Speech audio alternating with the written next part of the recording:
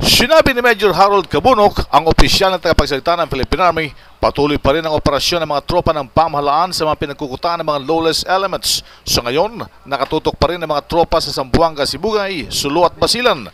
Ang all-out justice laban sa mga bandido'y hindi nila ititigil hanggat hindi nila nauubos ang grupo ng mga salot sa lipunan na naglipana sa mga nabanggit na lalawigan. Nakakalungkot yung proklamasyon ni Mr. Gadzali Jaafar dahil hindi ito naayon doon sa usapang pangkapayapaan, yung peace process, no? Kung saan ay nakasaad doon na hindi pwedeng magkanlong ng mga kriminal ang MILF at maging maliwanag din na dapat para sa kanya na ang gagawin ng Armed Forces of the Philippines at ng Philippine National Police ay talagang gagawin namin yung aming mandato, ang pagsagawa nitong law enforcement operations ayon doon sa tinatawag na all-out justice na kautusan ng ating mahal na Pangulo, na kung saan ay dapat walang humpay ang pagtugis dito sa mga bandido. Kasama na dyan si Haji Dan Laksawasnawi na ngayon ay nagtatago sa loob ng kanilang komunidad.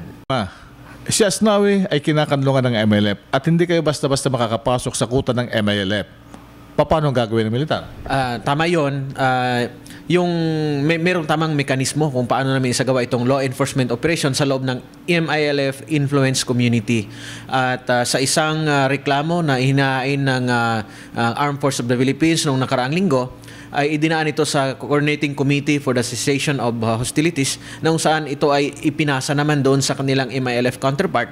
At inaantay natin ang kanilang sagot dahil pagkatapos niyan, kung pumayag sila na pasukin ang kanilang komunidad at hagilapin itong mga kriminal, ang kasunod niyan ay ang pagsagawa naman ng trabaho ng ADJAG, yung Ad Hoc Joint Action Group, na kung saan ay mayroon dito yung MILF at saka AFP counterparts na siyang mag-facilitate sa pagpasok ng ating mga militar at mga PNP sa loob ng kanilang komunidad.